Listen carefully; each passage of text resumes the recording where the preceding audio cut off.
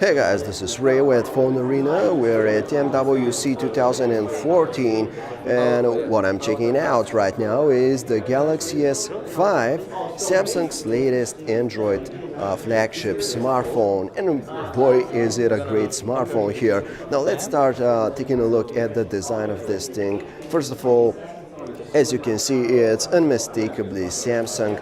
Just by looking at the front of the handset, it has that typical Samsung look, which is fine with us. But on the back side, we do have some new things going on. There is no there is no fox leather design like on the Note 3 and Note Pro and Tab Pro tablets. Instead, Samsung is going for a new dotted pattern here. It has a soft matte feeling to it, but it's not the typical soft touch coating. You know, it actually feels pretty good to the touch. We do like this material with dotted pattern here. So on the back, of course, we do have a 16 megapixel camera that will let you change the focus after you have taken a shot. There is an LED flash here with an integrated heart rate monitor sensor, so that's great stuff.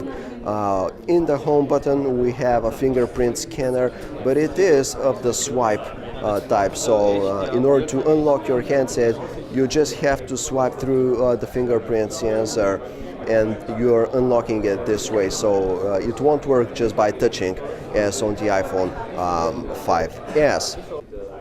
The display on the Galaxy S5 is 5.1 inch actually, so it looks like all the rumors were wrong. It's a 5.1 inch display and it has 1080p resolution, thankfully, so this is going to mean better performance and battery life for you instead of it had the new QHD displays that were rumors. So this is a 1080p display, Super AMOLED technology, vibrant, lush colors, probably not the most accurate ones out there, but still great viewing angles. And we do dig this 5.1 inch screen with 1080p resolution.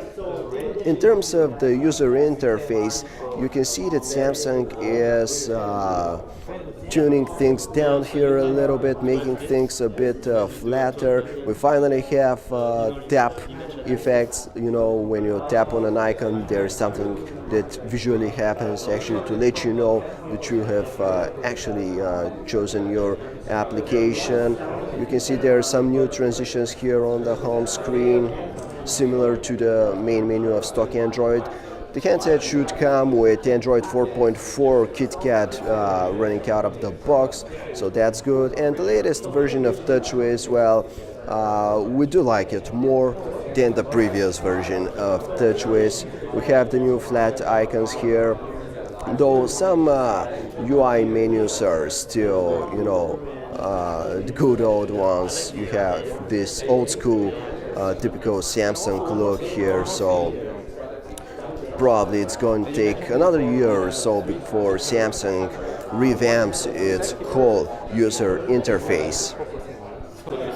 The processor inside the Galaxy S4 is a quad-core one. It has the great CPU. Unfortunately, Samsung wouldn't tell us exactly what model it is, but it's probably a Snapdragon 800. Now it's clocked at 2.5 GHz and everything seems to be running extremely smoothly on this device here, even though it probably isn't running exactly the final version of the software. In terms of random access memory or RAM memory, it has 2 gigs of RAM, so things should be running pretty smoothly. And this is Samsung we're talking about, and its handsets have always been speed demons. Now, supposedly this phone is also supposed to have some breakthrough data speeds here with latest LTE and Wi-Fi technologies. So let me load Phone Arena here. Of course, we're using some kind of an extended private network here. But you can see the browser at least is very nice. This is the custom Samsung browser. It's very fast. Scrolling is extremely smooth, almost iPhone-like smooth. Double tap zooming, everything works exactly as it should. And Samsung is also touting a new feature called Speed Booster, or Download Booster actually, which is supposed to integrate Wi-Fi with LTE technology at the same time and use that for downloading of large files and things like that. So it should really speed things up, but of course we are gonna need some more time to check this guy out in order to report if it's indeed working as advertised. Now the camera here, it's a 16 megapixel one as expected.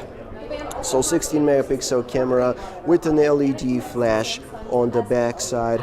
It has some new technology that allows you to change the focus after you have taken an image, which is pretty neat, kind of what Nokia is doing with its latest cameras. And it also has HDR function in real time, so you can be taking a picture and seeing a live preview of how it would look with or without HDR functionality. As you can see now, I'm turning off HDR, and of course the handset is exposing this area here. It's the brighter area, and background here becomes pretty dark. But when I turn on the HDR preview function, you can automatically see how even the background is now well exposed. Yeah, it's HDR in real time for you. I'm taking a picture.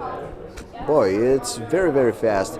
You see, and you can even take burst shots with HDR. So HDR burst mode here is here as well.